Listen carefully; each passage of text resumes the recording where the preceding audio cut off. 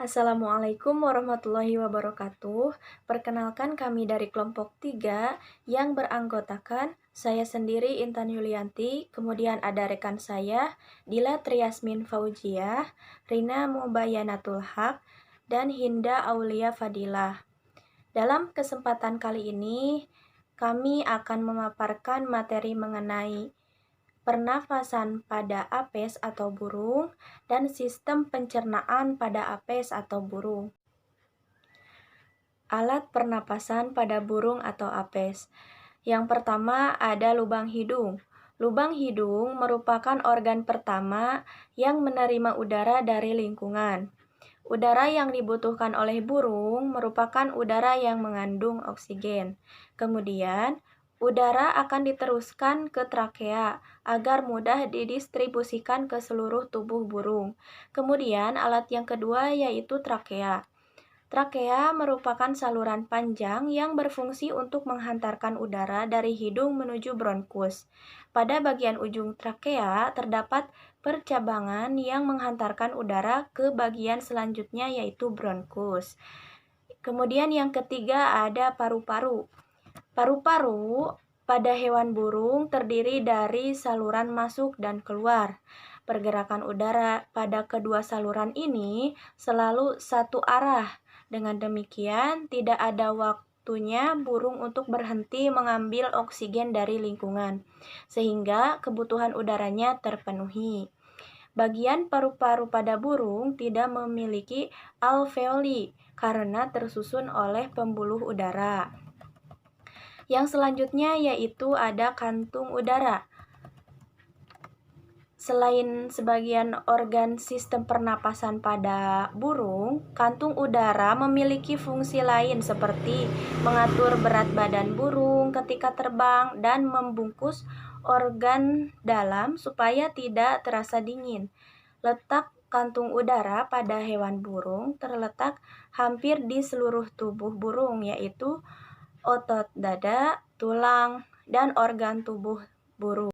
Baik, materi selanjutnya yaitu saluran sistem pernafasan pada burung. Yang pertama yaitu ada jalur pernafasan burung.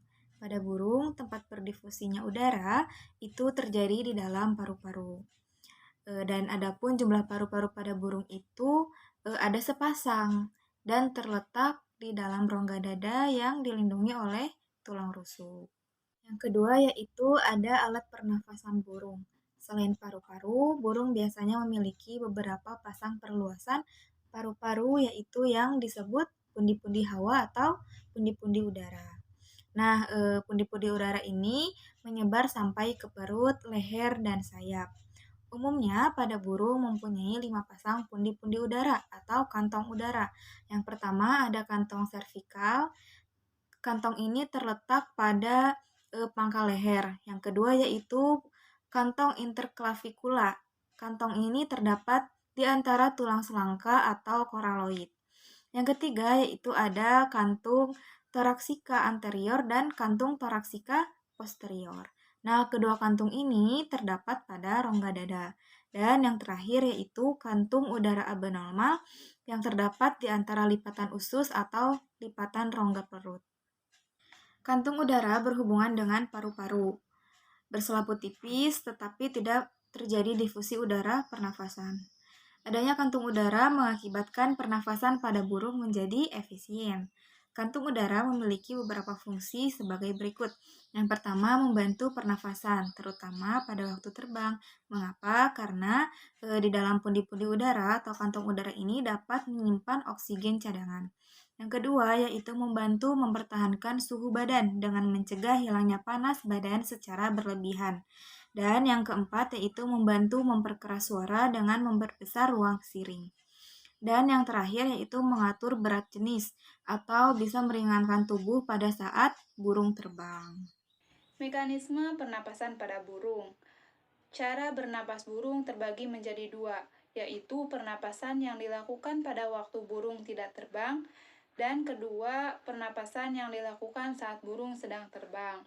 Pernapasan waktu istirahat burung. Pernapasan dimulai ketika udara masuk melalui lubang hidung, kemudian menuju batang tenggorokan dan paru-paru serta pundi-pundi udara. Gerakan tulang rusuk pada burung menyebabkan rongga dada membesar, tekanan udara di dalamnya mengecil, dan udara masuk ke paru-paru melalui mulut. Rangkaian peristiwa ini disebabkan dengan inspirasi. Saat udara masuk ke dalam paru-paru, sebagian udara atau oksigen digunakan, sedangkan sebagainya lagi disimpan di dalam pundi-pundi udara. Pertukaran udara terjadi di bagian alveolus. Ekspirasi terjadi bila otot tulang rusuk mengendor, sehingga rongga dada mengecil dan tekanan udara di dalamnya rongga dada meningkat. Oksigen akan diikat oleh darah dalam pembuluh kapiler paru-paru. Jadi, pengingatan oksigen berlangsung pada saat inspirasi maupun ekspirasi.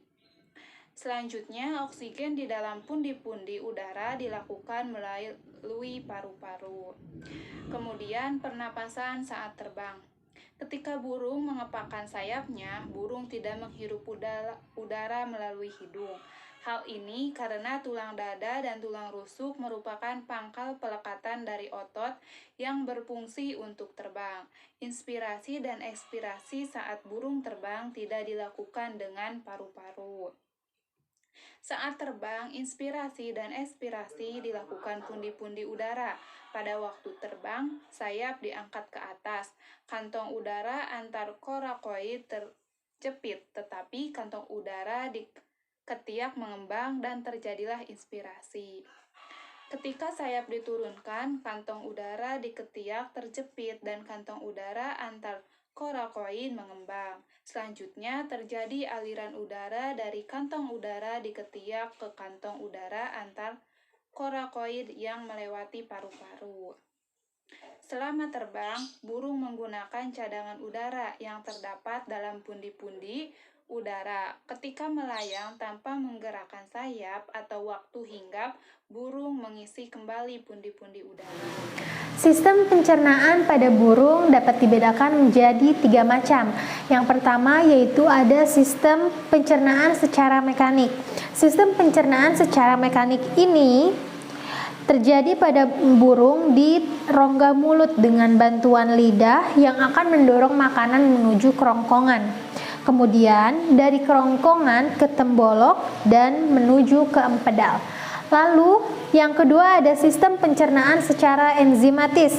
Sistem pencernaan secara enzimatis ini terjadi di mulut dengan bantuan enzim petialin, di lambung dengan bantuan asam kloroda, di dalam usus halus dengan bantuan enzim yang dihasilkan oleh pankreas. Lalu yang terakhir yaitu ada sistem pencernaan secara biologis. Sistem pencernaan secara biologis dibantu dengan bakteri atau disebut mikrobiologi, biasanya terjadi di dalam usus besar. Materi selanjutnya yaitu urutan sistem pencernaan pada burung. Urutan yang pertama yaitu rongga mulut.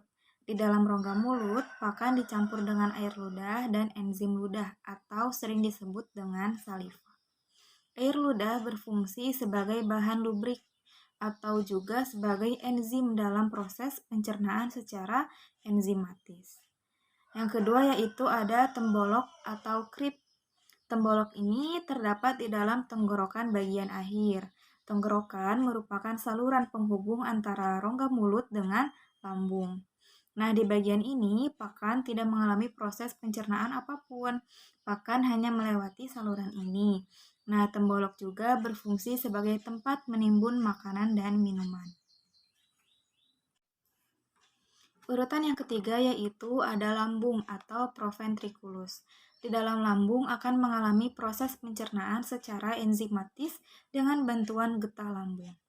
Lambung akan mengalami dan menghasilkan enzim pepsin, renin, dan asam klorida atau HCl.